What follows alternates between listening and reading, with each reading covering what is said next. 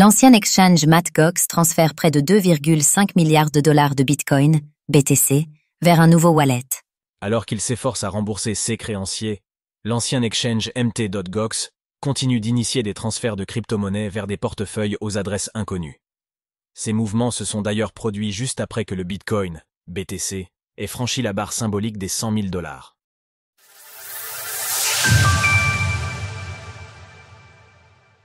Un nouveau transfert quelques instants après que le Bitcoin ait franchi la barre des 100 000 dollars. Ces dernières heures, l'ancien exchange Mt. a transféré 24 051 BTC d'une valeur de près de 2,5 milliards de dollars selon le cours actuel du Bitcoin vers une adresse inconnue. Cela faisait près de 4 semaines que la plateforme d'échange de crypto-monnaies n'avait pas initié tel mouvement. À l'heure actuelle, rien n'indique que cette somme sera utilisée pour rembourser un ou plusieurs des créanciers de Mt. Gox. Ayant fermé ses portes il y a de cela plus de 10 ans, l'exchange tente tant bien que mal de rembourser ses créanciers et multiplie ce type de transfert. En effet, par le passé, des mouvements similaires ont systématiquement abouti à un versement de fonds à une partie de ses créanciers via d'autres exchanges comme Kraken ou Bitstamp. Ainsi, en juillet dernier, l'entreprise avait déplacé des dizaines de milliers de BTC vers plusieurs portefeuilles en adéquation avec son plan de remboursement.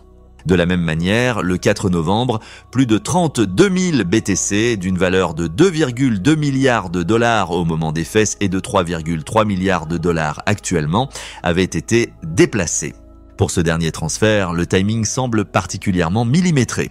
En effet, Mt. Gox aurait initié ses mouvements seulement 12 minutes après que le prix du Bitcoin ait dépassé la barre symbolique de 100 000 dollars.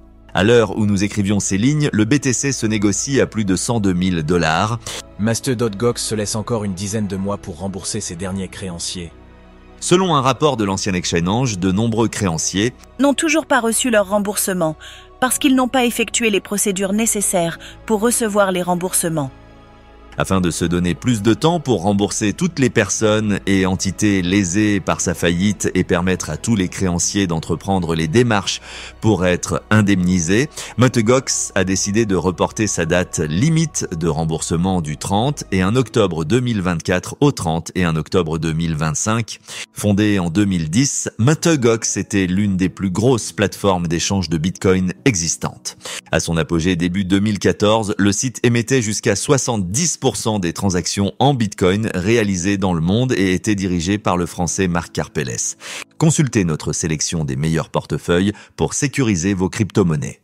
Toutefois, en février 2014, des hackers ont identifié une faille de sécurité majeure, leur permettant d'initier une attaque informatique et de subtiliser au moins 750 000 BTC, correspondant à une valeur actuelle de plus de 75 milliards de dollars. Cet événement avait débouché sur la faillite de l'exchange. Selon les données d'Arkham Intelligence, suite à son dernier transfert, Mt. Gox détient toujours 39 878 BTC d'une valeur d'environ 4,1 milliards de dollars.